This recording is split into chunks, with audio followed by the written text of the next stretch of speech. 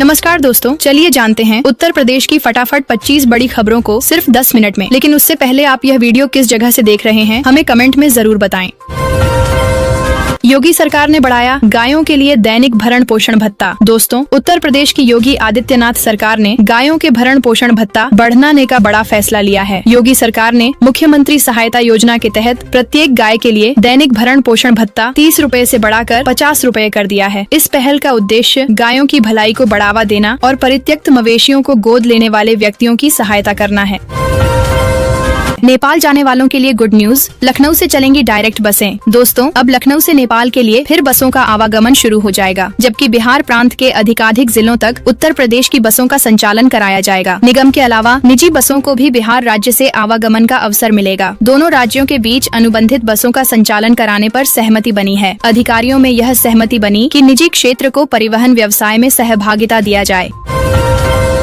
मुर्गी पालकर मालामाल बनने का मौका, सब्सिडी पर मिल रहा लाखों का लोन। दोस्तों, मुर्गी फार्म खोलकर लाखों कमाने का मौका है। बता दे कि यूपी सरकार की पोल्ट्री फार्म लोन योजना से 9 लाख तक का लोन मिल रहा है, जिसमें सामान्य वर्ग को 25% और अनुसूचित जाति और जनजाति को 33% सब्सिडी दी जा रही है। बता दे कि इस लोन को 5 साल में चुकाने की सुविधा है और अगर लोन चुकाने में कोई कठिनाई आती है तो 6 महीने तक की अतिरिक्त छूट भी दी जाती है।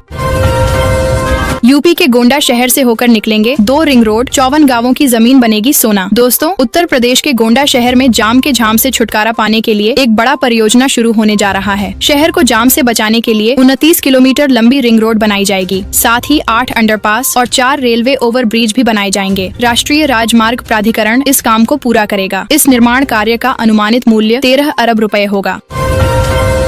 300 किलोमीटर लंबे जाम से थम गए पहिए, श्रद्धालुओं को खाने पीने की परेशानी, टोल नाकों पर वाहनों का जमघट। दोस्तों, महाकुंभ में आने वाले श्रद्धालुओं की भारी भीड़ के कारण प्रयागराज के रास्तों पर भीषण जाम लग गया है। श्रद्धालुओं को कई किलोमीटर तक पैदल चलना पड़ रहा है। मध्य प्रदेश से आने वाले श्रद्धालु कई घंटों तक जाम में फंसे रहे। पुलिस प्रशासन यातायात व्यवस्था को सुचारू बनाने के प्रयास में जुटा है। प्रयागराज से कटनी तक लगभग 300 किलोमीटर लंबे जाम में श्रद्धालु हलकान हैं। मिर्जापुर रेलवे स्टेशन को मिलेगी एयरपोर्ट जैसी चमक धमक, इन सुविधाओं से होगा लैस। दोस्तों, मिर्जापुर रेलवे स्टेशन को अमृत भारत स्टेशन योजना के तहत 30 करोड़ रुपए की लागत से सुधार दिया जा रहा है। स्टेशन पर यात्रियों को आधुनिक सुविधाएं दी जा रही हैं। साथ ही 114 मीटर लंबा और 12 मीटर चौड़ा फुटओवर ब्रिज बनाया जा रहा है, जो यात्रियों को दूसरे प्लेटफॉर्म पर ले जाता है।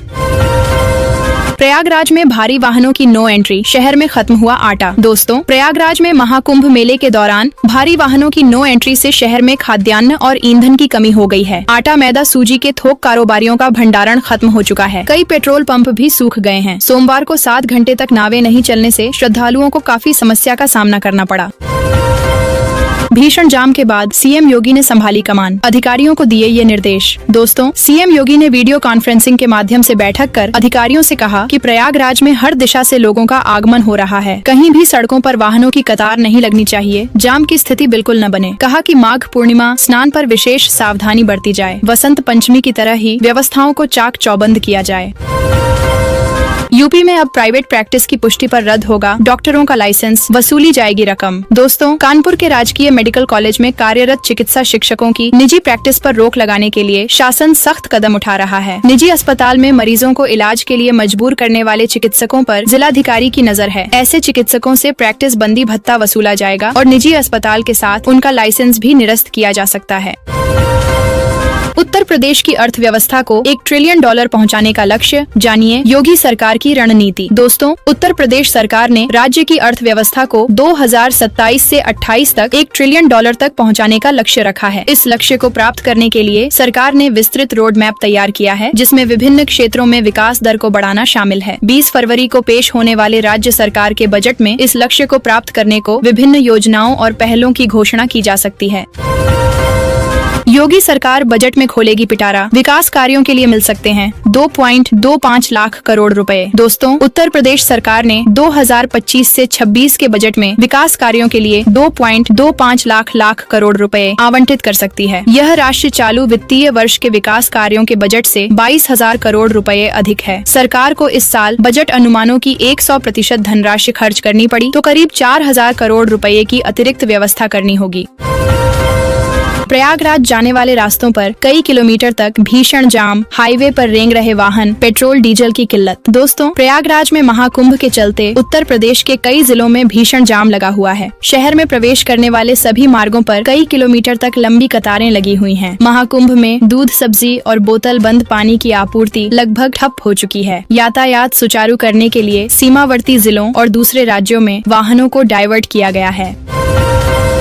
यूपी में इन 36 सड़कों का होगा निर्माण, योगी सरकार ने लगाई मुहर, बजट हुआ पास। दोस्तों, योगी सरकार ने अमेठी के तिलोई विधानसभा क्षेत्र की 36 सड़कों के निर्माण के लिए 8 करोड़ रुपए का बजट जारी किया है। पीडब्ल्यूडी की ओर से निविदा प्रकाशित कराई जा चुकी है। जल्द ही टेंडर प्रक्रिया पूर्ण कराकर कार्य प्रारंभ होगा, जिससे लोगों को आवागमन में काफी सहूलियत मिलेगी। स्थानीय लोग आए दिन जन प्रतिनिधियों के साथ ही अधिकारियों से सड़कों को ठीक कराए जाने की मांग कर रहे थे। एयरपोर्ट से संगम तक अब मिलेगी हेलीकॉप्टर सुविधा, ऑनलाइन करनी होगी बुकिंग। दोस्तों, Uttar Pradesh eco tourism development board और फ्लाई ओला ने इस उड़ान को प्रस्तावित किया है। सक्षम श्रद्धालु इस सुविधा का लाभ उठाकर बिना पैदल चले और बिना जाम में फंसे संगम स्नान कर सकेंगे। हालांकि इसके लिए यात्रियों को एडवांस बुकिंग करनी होगी। फ्लाई ओला ग्रुप के सीईओ कैप्टन RS सहगल ने बताया कि प्रयागराज एयरपोर्ट से हेलीकॉप्टर सीधे बोट क्लब हेलीपैड तक जाएगा। यूपी के 7 बस अड्डों को PPP मॉडल पर संवारने के लिए मिलेगी 90 साल की लीज। दोस्तों, UPSRTC ने PPP मॉडल पर बस अड्डे बनाने के लिए दूसरे विभागों से मिली भूमि की लीज को 90 साल कर दिया है। इससे निवेशक बस अड्डों को विकसित करने में अधिक रुचि दिखाएंगे। पहले चरण में 23 बस अड्डों को PPP मॉडल पर विकसित करने के लिए चिन्हित किया गया है, जिसमें 7 बस अड्डों की भूमि UPSIDA गाजियाबाद विकास प्राधिकरण और राजस्व विभाग से लीज पर मिली है।